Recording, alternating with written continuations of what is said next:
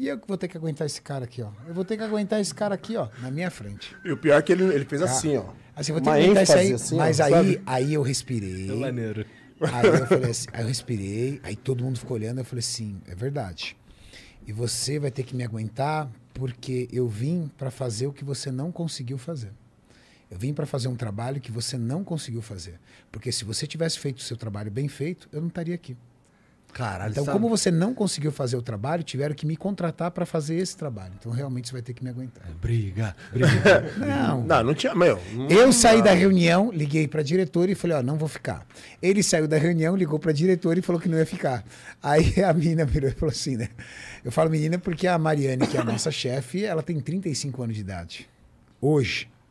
Ela virou e falou assim, pô, que beleza. Então, agora não tem nenhum dos dois, né? Cara, mas isso foi legal porque, assim, eu conheço o Júlio há 8 anos, cara. 8 anos. Eu tive fases pesadas da minha vida, de cabeça ruim, de situações, enfim, que ele foi pai. Ele tem essa fama de pai, porque realmente ele tem atitudes que justificam essa fama. E eu falei pra ele, inclusive, depois de toda essa situação, no começo realmente foi desconfortável para ambos, né? Porque o foco principal era a empresa. A Max Titânio precisava ter esse crescimento. Ela precisava ter uma ascensão de mídia e uma ascensão do que realmente a marca é. E o Renato, ele é muito bom nisso, né? Puxando o saco dele. Ele sabe trabalhar. E a Max precisava disso. Só que o Júlio tinha outras funções que sobrecarregou. E ele também tinha o desejo de competir. Cara, ele era cheio de lesão, enfim. Quando as coisas foram melhorando... O Muzi, que foi o intercessor, ele tinha ligado para mim um dia e falou assim, cara, a gente tem que resolver essa questão do Renato e do Júlio para eles trabalhar junto. Eu falei, eu vou dar minha opinião. Eu acho impossível. Ponto. Foi o Muzi que uniu a gente, sabia? Aí teve um dia que eu tava em casa... Mas é impressionante como a história da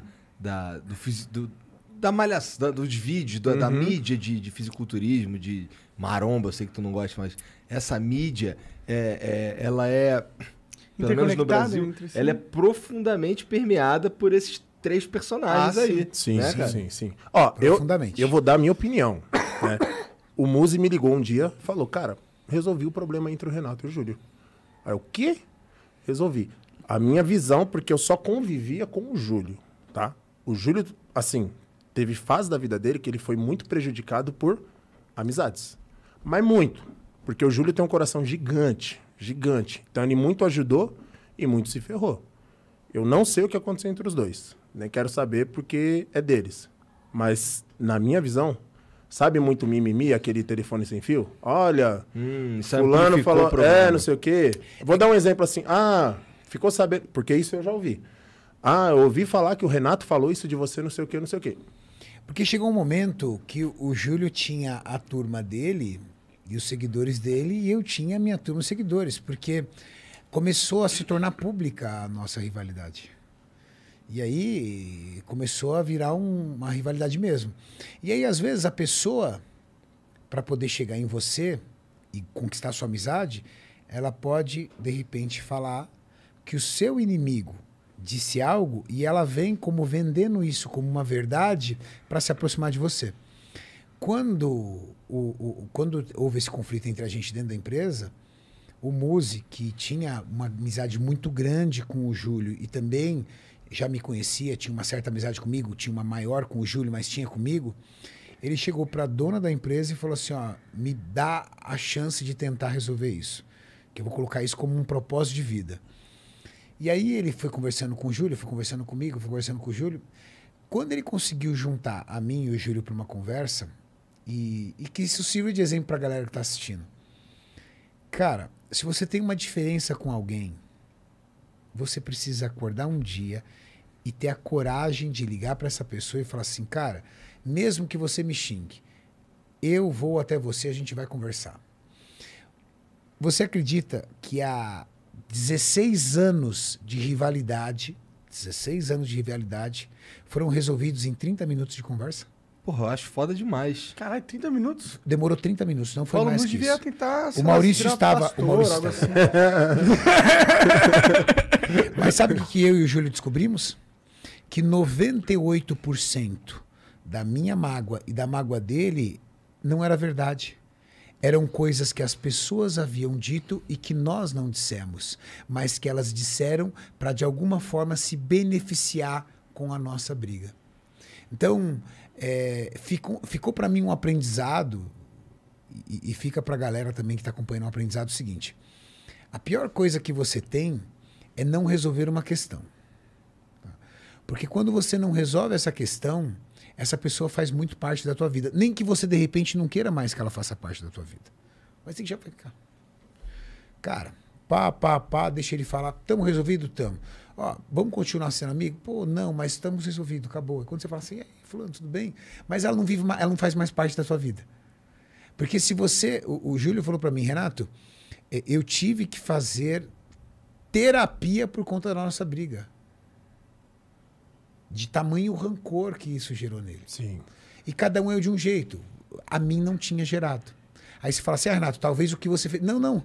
O nosso conflito era um conflito de ideais que não estragou a vida dele nem a minha. Eram coisas que a gente discordava totalmente que fez a gente brigar. Legal? Beleza. Mas era mínimo. Só que ele foi impactado de uma forma e eu fui de outra. Tanto que quando eu fui reencontrá-lo, que foi em 2016, ele estava de costa, eu abracei ele. Pô, faziam 14 anos que eu não via. Abracei ele, brinquei com ele, e aí eu percebi que ele ainda não havia esquecido. Porque quando eu abracei e brinquei ele, ele virou e fez assim para mim. E aí? E virou de costa. Eu falei, ixi. Falei, tá bom, depois a gente conversa, Júlio, tal, tudo. Ele... Aquilo para mim já não existia mais, mas para ele existia. Só que do dia que a gente se encontrou para frente, as pessoas ao redor foram alimentando isso. Aquelas pessoas más que vão trazendo isso para poder se beneficiar de alguma forma. E isso é muito ruim. Era benefício para... É isso que eu Às vezes você nem tem um problema com a pessoa. Ou o seu problema, às vezes, é até pequeno. Você fala assim, pô, o cara pisou na bola. Mas, às vezes, as pessoas vêm falar tanta merda no seu ouvido e vice-versa, que aí esse problema ele já não é mais pequeno. Ele fica enorme. Porque você vai se alimentando disso. Pô, desgraçado, cara. Puta cara ingrato. Eu não acredito que ele falou isso de mim. Porra, não acredito que ele falou isso. É mesmo que ele falou, puta, desgraçado. E, às vezes, ele nem falou. Mas as pessoas adoram. É natural, inerente ao ser humano, né? Como ele gosta, né? Se você pegar uma pessoa na rua... mendigando por dinheiro ou por comida, você passa e despreza. Agora você pega uma pessoa na rua atropelada, destroçada, toda arrebentada, enche de gente. Porque na natureza do ser humano, ele se sente aliviado e até com certo prazer em ver alguém mal, alguém ruim. Porque ele olha e fala assim, é ele, não sou eu. É verdade. Isso entra no nível de amizade também. Porque, vou te dar um exemplo. Quantas vezes vocês não saíram em impasse por causa do trabalho, mas... A gente tem uma moeda pra isso. Entendeu? Aí vamos... Como é que é a moeda? Mas quando a gente não consegue decidir sobre caminhos, 2 caminhos que cada um diverge, a gente joga uma moeda. Mas esse impasse já gerou conflito? Conflito entre vocês? Não. Por exemplo, então imagina assim, uma pessoa avulsa chegar e falar pra você, eu sabia que o Monark falou isso de você? Você vai falar, duvido. Você nem vai dar corda, mas se chega um amigo, que era o que acontecia com o Júlio. O Renato falou isso de você. Ele não vai tirar dúvida com o Renato. Renato, você falou isso de... O amigo já tem credibilidade suficiente para ele falar. Sim, então é verdade. O Renato falou isso mesmo. Então, assim, esse era o problema do Júlio na época. Ele tinha muitos amigos que... Eu falo porque eu convivi com ele 8 anos. O Renato sabe disso. Convivi. Tive meus altos e baixos como pai e filho. Hoje não trabalhamos mais juntos e isso fortaleceu muito a nossa amizade. E eu falo, dentro desses 8 anos, hoje, é a melhor fase da vida dele, cara. Como comunicador, como treinador, como atleta, que ele competiu, realizou o sonho dele. Como homem. Cara, ele tá falando de filho, cara. Você falava maneiro. De filho pro Júlio, sai fora, nunca, né? E aí quando vem um balestrinzinho... O cara já fica todo... Você entendeu? Então, assim, eu vejo que... E é o que ele falou. O Júlio, ele tinha essa questão de rancor muito grande, assim. Era aquilo. Se ele pegou rancor de uma pessoa, brother, esquece. esquece. Hoje não. Pois é, bom, né? Eu olho pro Júlio e eu percebo algo. Você sente uma coisa mais gostosa, agradável cara, nele, o cara né? É gente boa pra caralho. O cara fala, mas ele é. Ele fala assim mesmo, ele fala devagar, ele fala baixo. O Júlio é um cara que ele vai tirar a blusa pra dar pra você. Sim. Só que é um perfil, cada um tem um perfil. Tipo, é o que ele acredita. Talvez seja por isso também que ele é o grande atleta que ele é. Cara, é o que ele acredita. Se ele acredita que isso aqui tá errado, cara, tá errado. Acabou. Mas o Júlio é uma das pessoas mais corretas, mais boa pessoa que eu conheço. Você também é, mano. Mas dá um pouco de medo do Cara, é uma moça, velho. É uma moça. Eu só vi ele nervoso, muito nervoso, uma vez. Não vem ao caso. Mas eu nunca vi ele perder o controle, cara. Eu falo 8 anos porque o Renato conhece ele há mais anos. Teve essa questão que afastou ele por esse período. Mas nesses 8 anos que eu convivi com ele, cara... É o que ele falou. Dá a blusa, se bobear, ainda dá o dinheiro da passagem. E ele volta a pé. Julian é fera. Tá certo. Que bom que ele parou com essa parada de guardar rancor, porque não é produtivo. Pensa o tempo que você consome de potência cerebral dedicando a pensar sobre o quanto você odeia tal situação ou tal pessoa, que você poderia estar só pensando em, sei lá, como você vai ganhar mais dinheiro. Mas entra essa questão da energia, Monark. Por exemplo, vocês foram no CT uma época. Show. O que vocês sentiam lá? Tirando dor. Cara, eu senti um ambiente assim que tava todo mundo ali... Querendo se ajudar. Querendo se ajudar, exatamente. Querendo se ajudar. A primeira coisa que o Renato falou pra mim quando me contratou foi o seguinte: Carlão, no seu ramo de personal, você pode trabalhar com quem você quiser aqui. Saiba quem você coloca aqui dentro. Por quê? Energia, cara, não tô falando de religião. Energia pra mim é uma coisa muito figurativa. Então, por exemplo, você tá lá, de repente, em um lugar... Já sabe aquela situação? Talvez até em uma entrevista que você saiu daqui pesado, que você fala, meu... Entendeu? Lá você não sente isso. Por quê? A gente tem um nicho onde a gente sabe filtrar quem vai estar lá no nosso ambiente conviver conosco. Então, hoje, lá todo mundo é para se ajudar realmente. Sabe? Todo mundo é um por todos, todos por um. Essa é a ideia que o Renato quis trazer quando criou o CT junto com o Roberto. Sabe? E pra mim foi, cara, quando ele me chamou pra trabalhar, foi demais, cara. Eu não esperava, porque eu tava numa fase pancada da minha vida. Nossa senhora, cara. Ele não vai saber disso, acho que nem o Roberto. Eu tava numa fase péssima da pandemia, né? Eu trabalhava de personal na Bluefit. Pandemia pra personal foi complicado. Não, né, foi. As academias fecharam. Foi difícil. E o cara acordar um dia, ele tem 10, 15 alunos, o cara fazendo aí 8, 7, 5, 10 mil reais por mês, ele tem um padrão de vida excelente, aí um dia acorda e fala, as academias estão fechadas. O cara, por mais que o cara tenha uma boa grana, uma condição, ele não vai chegar, ele não vai pagar para um personal. Ele vai falar assim, cara, você não está entregando o serviço, eu não vou te pagar. Então você acorda um dia sem renda. Sem renda. E sem explicação. Aonde conseguir renda. Não, e sem explicação, porque a pandemia, quando veio, era uma incógnita para todo mundo. Uma semana, 2, o que vai ser? Como eu trabalhava o dia inteiro, cara, o dia inteiro eu dava aula, eu falei, cara, vou pegar férias, uma semana, da hora. Aí passou, cara, deu no que deu. E eu, quando começou a surgir a ideia do CT e tal, era muito recente pra mim ainda, eu não ia sempre. Uma vez o Júlio falou, não, vamos lá e tal. Aí você lembra que o Júlio falou assim, ele precisa de um lugar pra treinar, pra se preparar, que eu tava gordão e tal, enfim. Nessa época, cara, eu tinha recebido um convite amigável para me retirar do meu AP. Para não falar um despejo. Porque eu atrasei 4 aluguel, cara. Só que eu nunca tinha atrasado, só que eu não tinha... E eu falava para imobiliário, cara, eu dou aula, eu vou tirar dinheiro da onde?